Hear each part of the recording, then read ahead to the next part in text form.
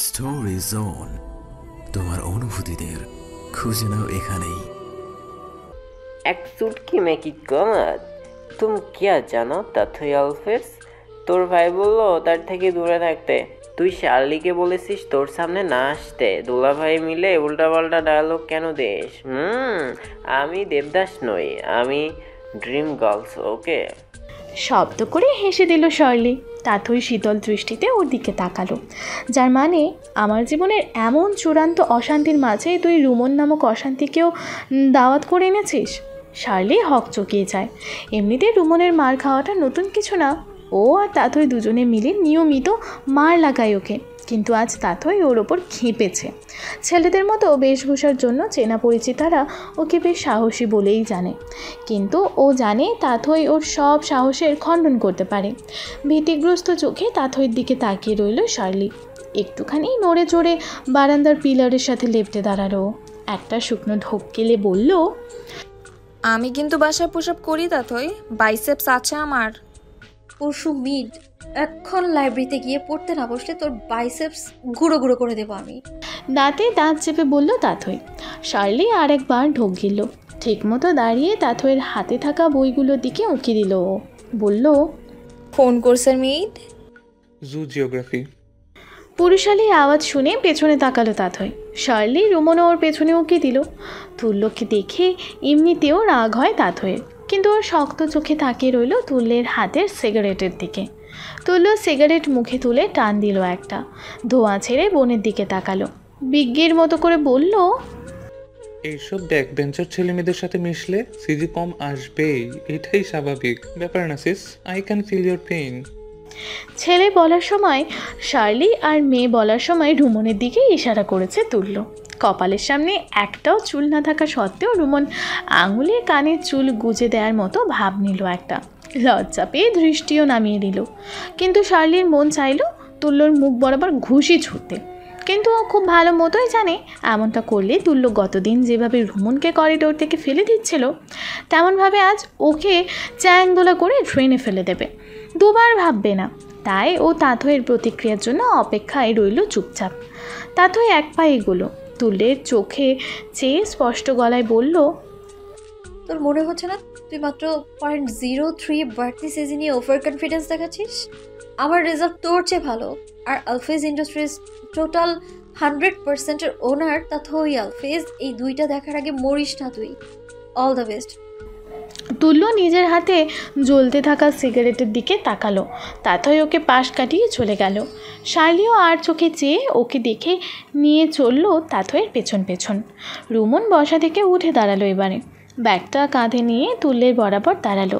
ওর বুকের দিকে হাত বাড়িয়ে চিরাচরিত জড়ানো কণ্ঠে বলল, সিগারেট সুট দে তুল্যবাবু। তোর এই গা জ্বালানো কথাগুলোর মতন তোকেও আজ সিগারেটের আগুনে জ্বালিয়ে দেবো তারা। তুল্য তেড়ে এগোচ্ছিল, ও নো বলে ছুট লাগায় রুমন। তুল্য দেখল হাত নাড়াতে নাড়াতে ছুটছে রুমন। কয়েক সেকেন্ডের ব্যবধানে পাটকাঠির মতো শরীরটা ওর দৃষ্টিসীমার আড়াল, অনেকটা হাওয়ায় মিশে যাওয়ার মতো। সব ভুলে হাতের সিগারেটের দিকে তাকালো তুল্য। ওর ঠোঁটের কোণে কিঞ্চিত হাসির রেশ ফোটে। সিগারেটটা আবারও মুখে পুড়ে কয়েক টানে শেষ করলো ওটা। হাঁটা লাগালো টঙের দিকে। আজ আরও দুটো সিগারেট বেশি খাবে ও। মাগরিবের নামাজ শেষে মসজিদ থেকে দলে দলে বেরিয়ে আসলো যুবকেরা। ভার্সিটির কেন্দ্রীয় মসজিদে নামাজ আদায় করে সবাই রওনা হলো নিজ নিজ উদ্দেশ্যে। তাসজিদের নামাজ তখনও শেষ হয়নি। সালাম ফিরিয়ে মোনাজাত শেষ করলো ও। প্রায় সবার শেষে বেরোলো মসজিদ থেকে।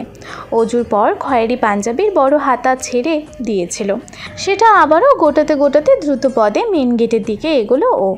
হঠাৎই এক ছেলে এসে ওর বুকে হাত রেখে ওকে থামিয়ে দেয়। মৃদু আওয়াজে বলে, তাজদিদ ভাই না? ডিপার্টমেন্টের জুনিয়রকে দেখে অবাক হলো না তাজদিদ। এক পলক আশেপাশে তাকালো ও। পুনরায় সামনের জনের দিকে দৃষ্টি নিয়ে ওর কাঁধে হাত রাখলো। ঠোঁটে হাসি ফুটিয়ে মাথা উপর নিচ করলো। ছেলেটা উত্তেজনা নিয়ে জড়িয়ে ধরল তাজদিদকে। ছেড়ে দাঁড়িয়ে আবারও বলল, আরে ভাই আছেন কেমন? ক্যাম্পাসে কখন আসলেন? বলেন নাই কেন যে ক্যাম্পাসে আছেন? একটু কাজে বেরিয়েছিলাম রে, বাড়ি পৌঁছাতে পৌঁছাতে জামায়াতের সময় পার হয়ে যাবে, তাই এখানেই পড়েছিলাম। ভালো করেছেন, চলেন ভাই আজকে হলে চলেন, আপনার সাথে আড্ডা দেই না অনেক দিন, আজকে প্রাণ খুলে আড্ডা জমাবো, চলেন। তাজদিদ নিঃশব্দে হাসলো। ছেলেটা আবারও বলল, মাস্টার্সের ক্লাস কবে থেকে শুরু আপনাদের? ক্যাম্পাসে নিয়মিত হবেন কবে থেকে? জানেন তাজদিদ ভাই, আপনার over wheeling basketball innings miss করছি প্রচণ্ড। অনার্সের 4 বছরে আন্তর্জাতিক বিভাগ বাস্কেটবল টুর্নামেন্টের 4টাই তো ডিপার্টমেন্ট দিয়ে গেছেন, মাস্টার 2 বছরে 2টাও কিন্তু আমাদেরই লাগবে। তাজদিদ ছেলেটার উৎসাহ দেখছিল। ওর চোখের তারায় তাজদিদকে নিয়ে যাওয়ার খুশির ঝলকানি হবেই বা না কেন। 4 বছরের একাডেমিক ক্যারিয়ারে তাজদিদ রেজাল্টের সাথে আনন্দও কুড়িয়েছে, নিজের জন্য সবার জন্য।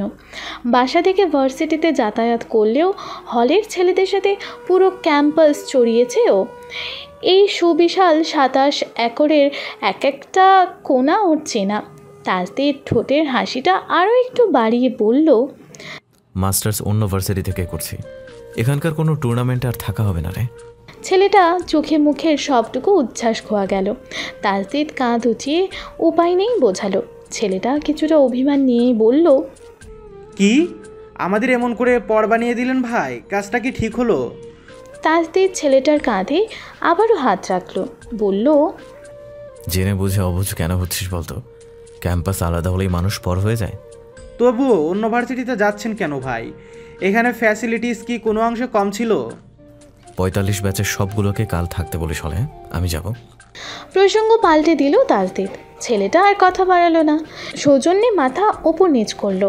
তাজদিদ ওর কাঁধে হাত চাপড়ে পড়াশোনা নিয়ে আরও 2-4টা কথা বলে বেরিয়ে আসলো ক্যাম্পাস থেকে। মেইন গেটে এসে মাথা থেকে টুপিটা খুলল, আঙুল চালিয়ে মাথার চুল উল্টে দিল। বাসের অপেক্ষায় দাঁড়িয়ে পকেট থেকে বের করলো ফোনটা। তাজদিদের দৃষ্টি ফোনে ছিল। হঠাৎ পাশ থেকে শুনতে পেল, ভার্সিটি বদলে দিলে তাজদিদ, বুদ্ধি মন্দ আটো নেই, তবে আমার মনে হয় না এতে তোমার খুব একটা লাভ হবে। তাজদিদ ফোন থেকে চোখ তুলে পাশে তাকালো।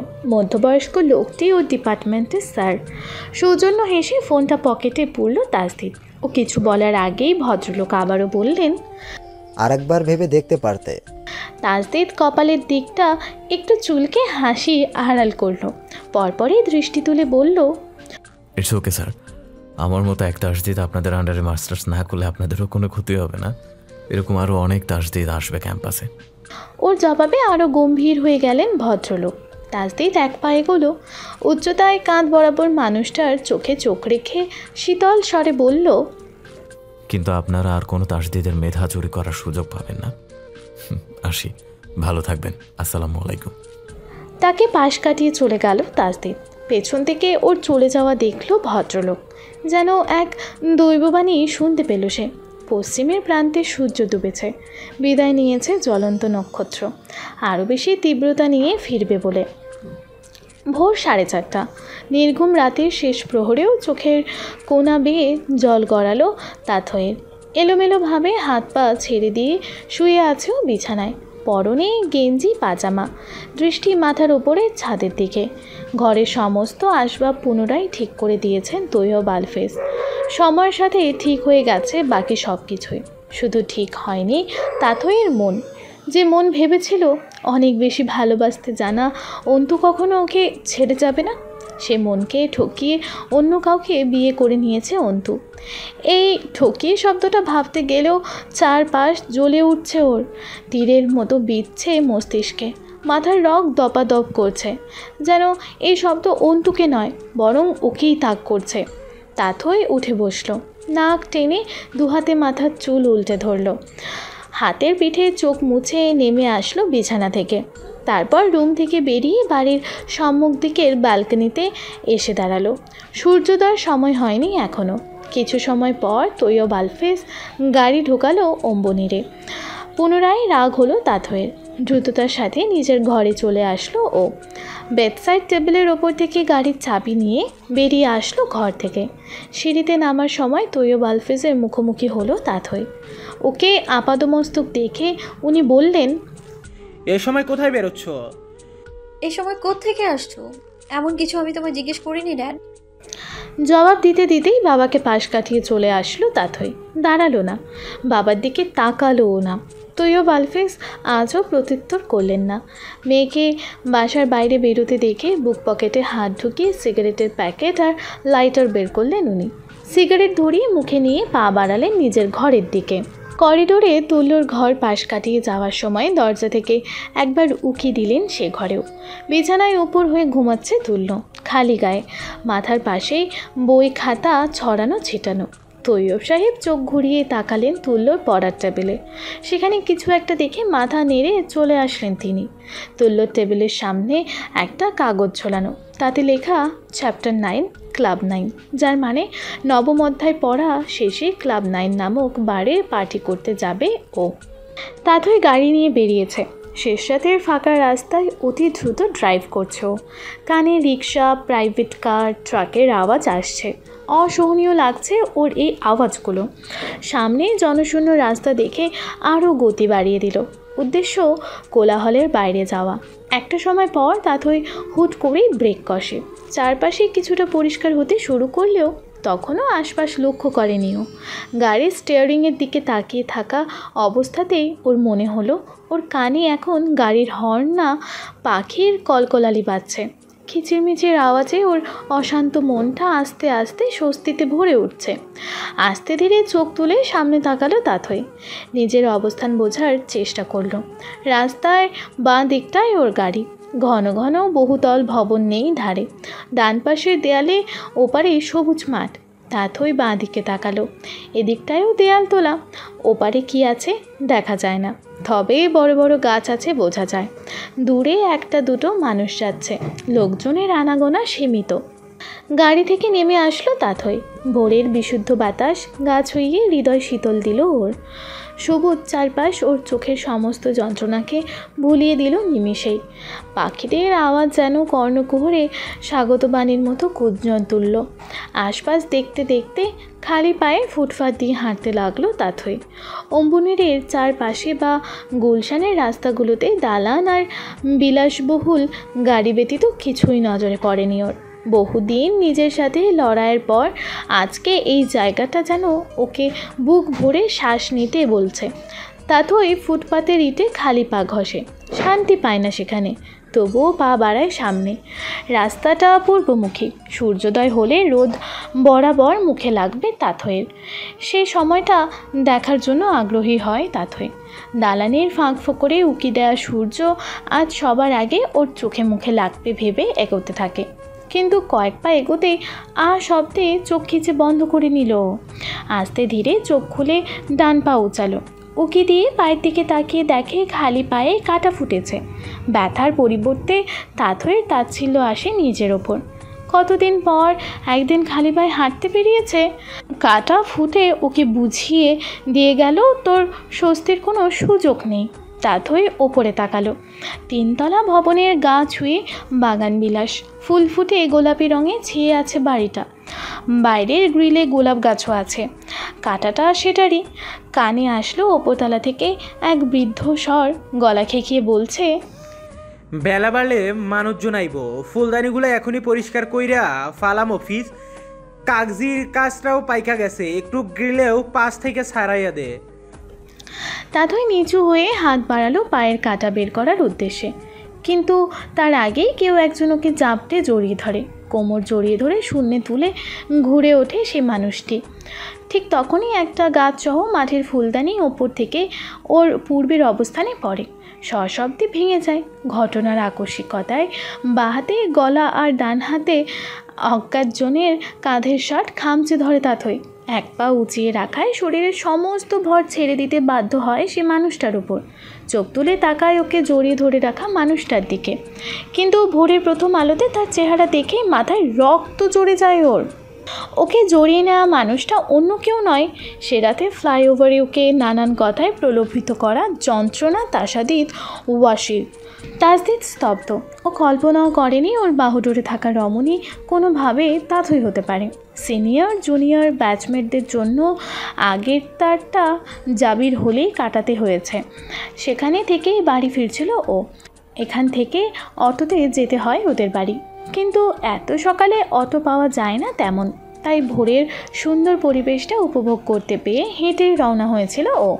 হঠাৎ চোখে পড়ে ওর কিছুটা সামনে খালি পায়ে একটা মেয়ে হাঁটছে।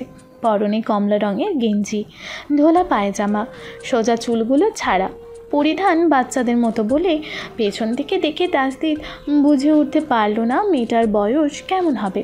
হঠাৎই দেখে ওপরতলার একজন টব রেলিংয়ের ওপরে রেখেছে। বাগান বিলাসের বাঁকানো ডালটা গ্রিলের ফোকর থেকে বের করার চেষ্টা করছিল সে। অসাবধানবশত টবটায় লেগে ওটা নিচে পড়ে একদম মেয়েটার মাথার ওপরেই পড়তে যাচ্ছিল। কোনো মতে ছুটে এসে ওকে সরিয়ে নিয়েছে তাসদিদ। তখনও তাথইয়ের চেহারা দেখেনিও, কিন্তু কাঁধে নখের আঁচড়ের জন্য ব্যথা লাগতে রমণীর মুখের দিকে তাকায়। আটকে যায় তার রুষ্ট দৃষ্ট। হ্যালো ডিয়ার লিসেনার্স, আপনারা শুনছেন স্টোরিজ অন প্রেজেন্স ধারাবাহিক পর্ব গল্প। আমাদের সামগ্রিক প্রচেষ্টাকে উৎসাহিত করতে লাইক অ্যান্ড কমেন্ট করতে ভুলবেন না। Thank you. ওপর থেকে গোলাপি বাগান বিলাস গায়ে মুখে পড়ছিল তাথই তাসদিদের। ওটুকু সময় তাসদিদ অবাক হয়ে চেয়েছিল তাথইয়ের দিকে।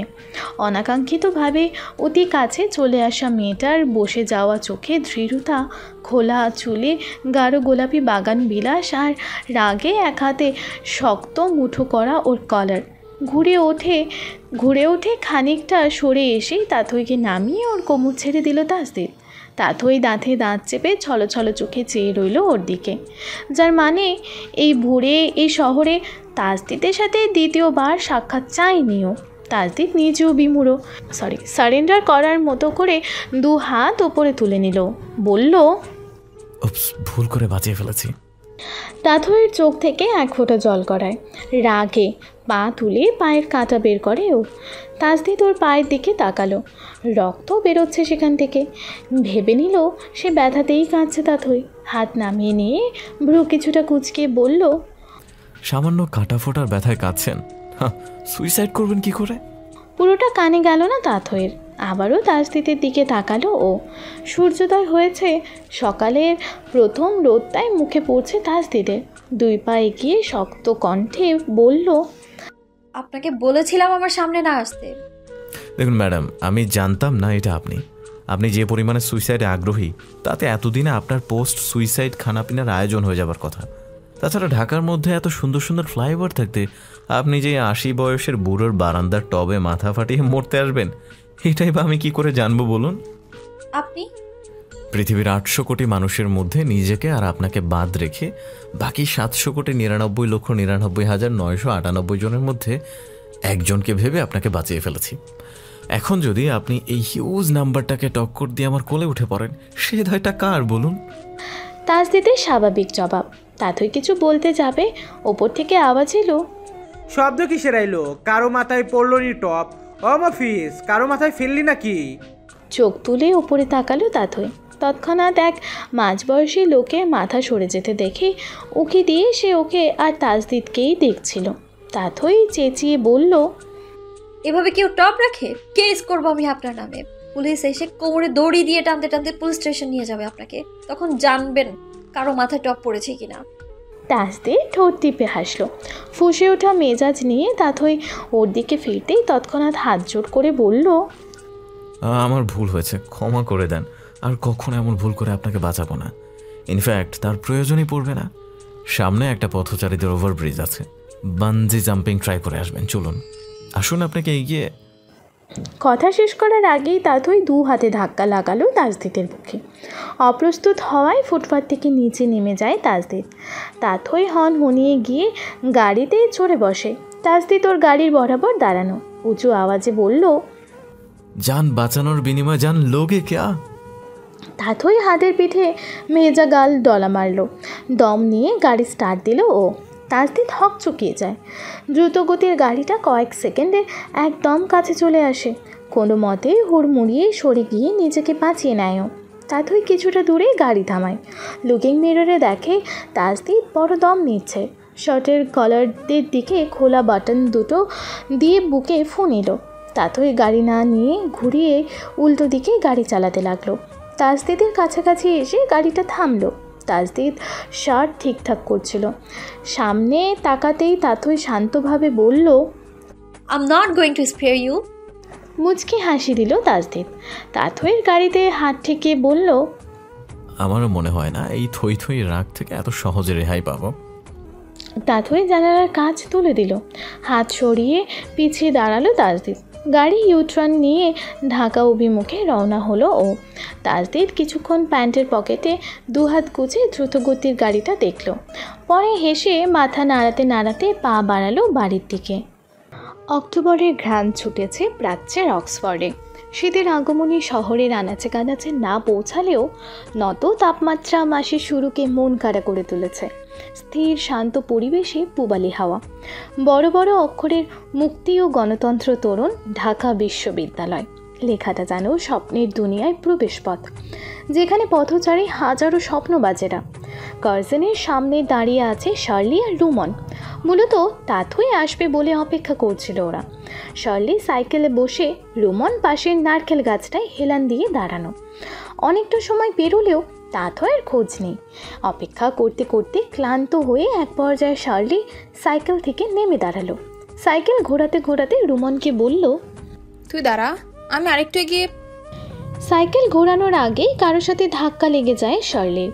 চোখ তুলে তাকাতেই দেখে মেরুন টি শার্ট পরিহিত তুল্য ওর সামনে দাঁড়ানো, কাঁধে ব্যাগ, জিন্স, সাদা কেটস। ওকে দেখেই তুল্য চেঁচিয়ে বলে, চোখ কই নিয়ে হাঁটিস তুই?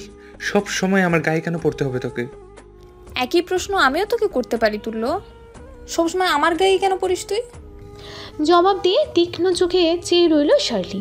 কিন্তু জবাব না পেয়ে রাগ হলো তুল্যর। পা দিয়ে ওর সাইকেলের চেইন চাড়া মারল, খুলে পড়ে গেল চেইনটা। ওটা দেখে শার্লির হুঁশ হলো। ও বাস্তবে কোনো প্রকার জবাব দেয়নি তুল্যকে, যা বলেছে কল্পনায়, দিবা স্বপ্নে। চেইন পরা সাইকেলটা দেখে কল্পনায় কয়েকটা ঘুষি ছুড়ল ও তুল্যর মুখে। রুমন পেছন থেকে হেলতে ধুলতে বলল, ধাক্কাধাক্কি শেষ হলে একটু এদিকেও তো চোখ তুলে দেখো তুল্যবাবু, তোমার দর্শন দেবে বলে দিনরাত কার্জন চন্দ্রমুখী ঘুরঘুর করছে যে।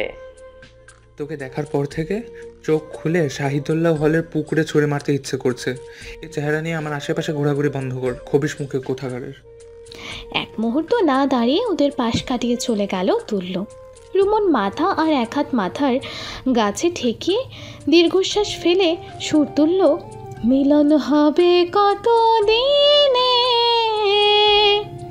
শার্লি কিচ্ছুই বলল না, হাত ঘড়িতে সময় দেখল। সাইকেল আবারও দাঁড় করিয়ে শার্টের হাতা ঠিক করতে করতে বলল, শোন রোমন, অন্তু ভাইয়ের জন্য আজও যদি তাকে আমাদের উপর রিয়াক্ট করে, আমি ঠিক করেছি আজ আমি ওকে শুনিয়ে দেব, ছাড় দেব না। কি ভেবেছেটা কি ও এক অন্তুর জন্য জীবনের সব সুখের অন্তিম সংস্কার করবে নাকি? হুদাই আসছে মোর সিং সারা সিংহাম।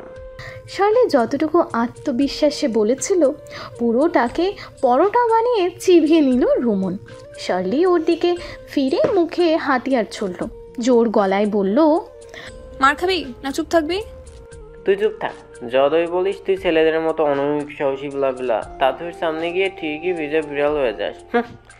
সো আমাকে এসব শোনাতে আসিস না। রুমনের বিরক্তিভর জবাব।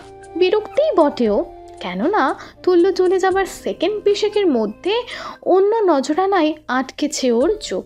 তখন উকিঝুঁকি দিয়ে অন্য কাউকে দেখছিল। হালকা নীল শার্ট, কালো প্যান্ট পরিহিত এক সুঠামদেহী যুবক সবে পাশ কাটিয়ে গেছে ওদের। গলার পেছনে হাত বোলাতে বোলাতে পেছন থেকে তার চলে যাওয়া দেখতে লাগলো রুমন। ওর গুরুত্বহীন জবাব শুনে শার্লি কঠোরভাবে তাকালো ওর দিকে, বলল, তুই আমাকে ভীতু বললি? তুই ওইটাও। তেতে উঠে রুমনের পাঞ্জাবের কলার চেপে ধরে শার্লি। কম ওজনের বলে ও টুকুতেই পুরো শরীর ঝাঁকি দিয়ে ওঠে রুমনের।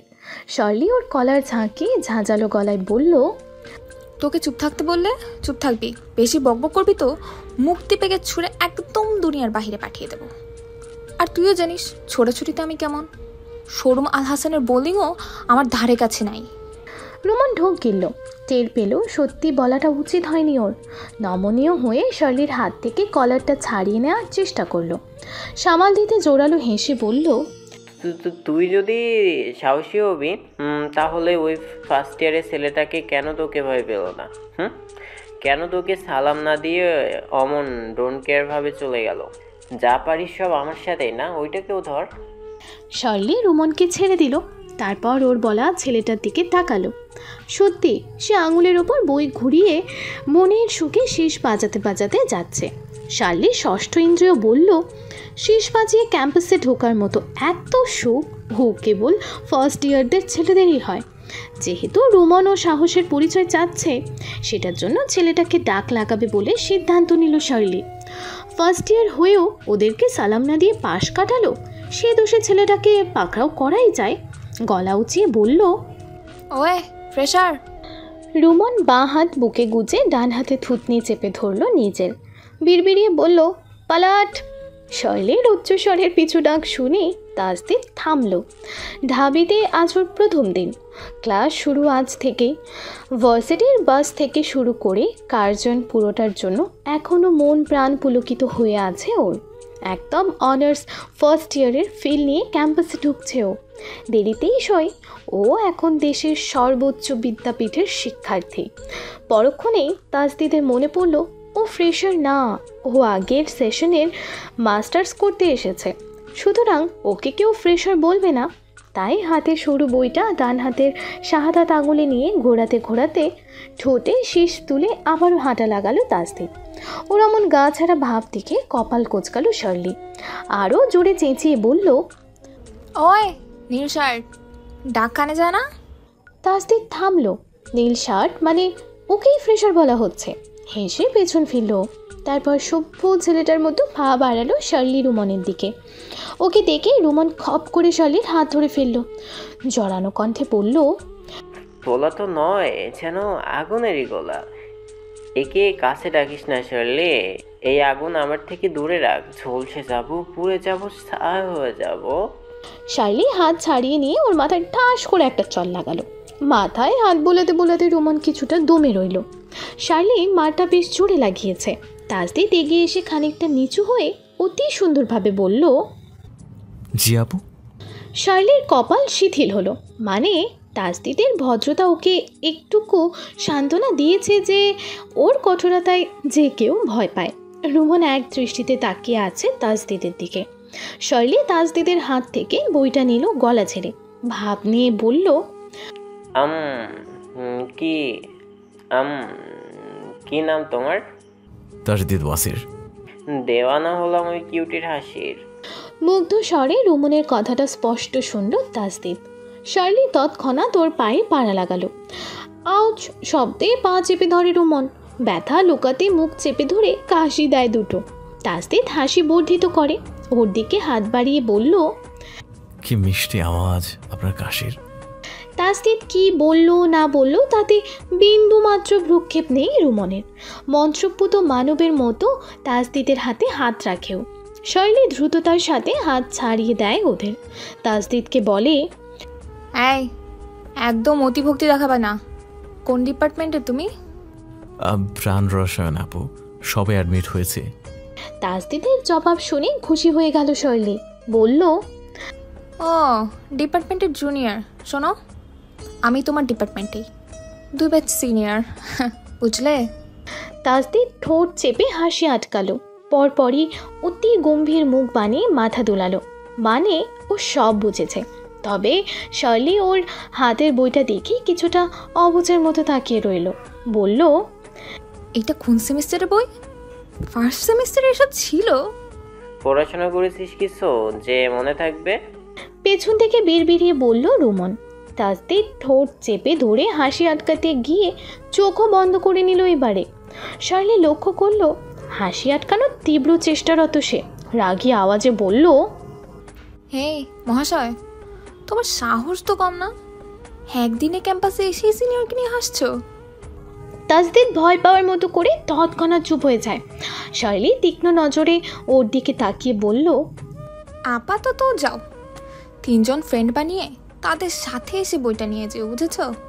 তাসদীদ মাথা ওপর নিচ করল। নবীনদের স্বাগত জানানোর প্রক্রিয়া ওর অজানা না। আগের ক্যাম্পাসে 4-4টে ব্যাচ সামলে এসেছে ও। এই যে শার্লি ওকে আরও 3 জন বন্ধু সমেত আসতে বলল, এর মানে আরও 3 জনের কাছ থেকে আনুগত্য আর সম্মাননা চাই ওর। সেটা বুঝতে বাকি রইল না তাসদীদের। ছোট্ট একটা দম নিল।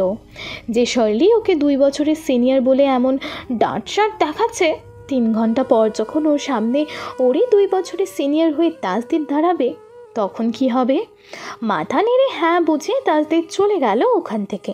রুমন শার্লির কাছ থেকে বইটা নিয়ে বুকে চেপে ধরলো, বলল, ভালো করেছিস, আসতে বল, হ্যান্ডসামের সাথে আরও একবার দেখা হয়ে যাবে। রাগে রুমনের গলা টিপে ধরতে যাচ্ছিল শার্লি, তখনই পাশ থেকে আওয়াজ এলো, শার্ট জিন্সে তোকে অনেক মানায় শার্লি। স্টোরি জোন, তোমার অনুভূতিদের খুঁজে নাও এখানেই।